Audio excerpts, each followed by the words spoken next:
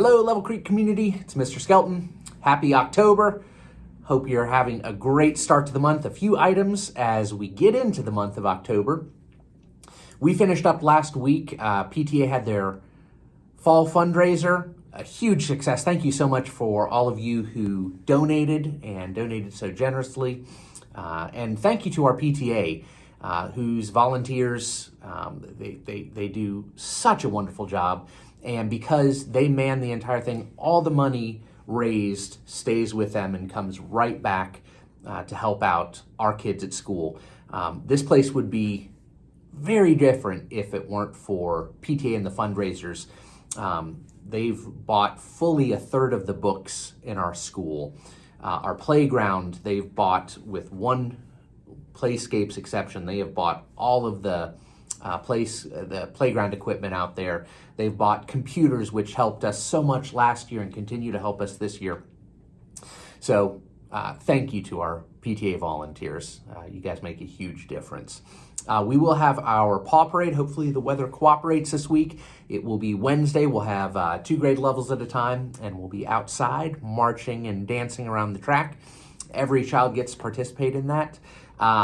If your kid mentions this, one of the school goals, we hit our school goal, so the students will at some point in the future, probably after fall break, be duct taping me to the wall. It's been nearly a decade since that happened last, so I'm actually looking forward to it.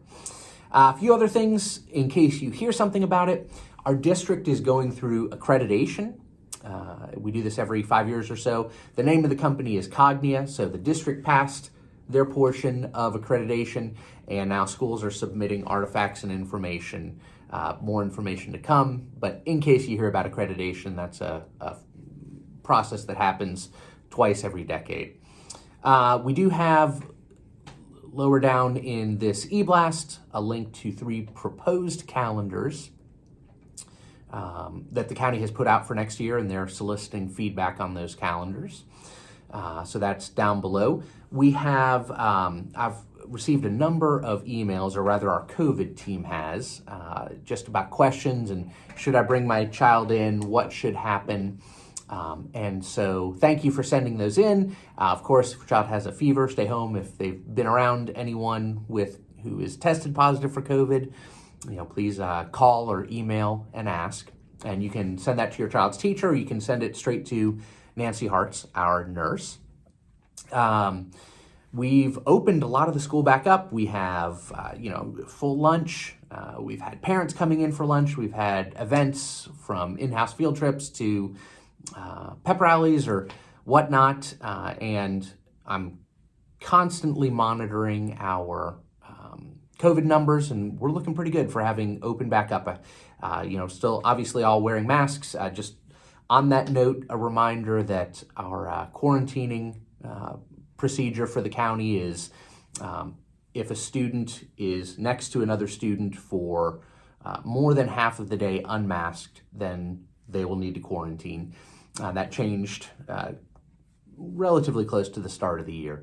But obviously, outside of those times when students don't wear masks, lunch, out at recess, PE, they have the choice to, and then snack in their classroom. Our students are staying masked for vastly more than half the day. And like I said, we've not seen a lot of spread as a result. We do send letters home for close contacts without the need to quarantine. That's not something we have to do, but I think most parents appreciate just knowing if a student in their child's class tested positive, so we will continue to send those home. And then some other things, as we look a little bit later on in the month, we have our October conferences. You should have received an email about those. You'll have a chance to do those either in person, come and sit eyeball to eyeball with someone, or digitally, if that's more convenient. So I know we started that last year, and we're just giving the option this year. We'll see what folks prefer, and we'll probably have some on both sides. And again, check your email for that. If you have any questions, give the front office a call. And last but not least, we have a short week this upcoming week, and Thursday and Friday, and then the following Monday are all break days. So we have our fall break coming up. So I wish you and your family a wonderful fall break. If you're traveling, I hope you stay safe. But either way, take care of yourselves, and we'll see you soon. Bye now.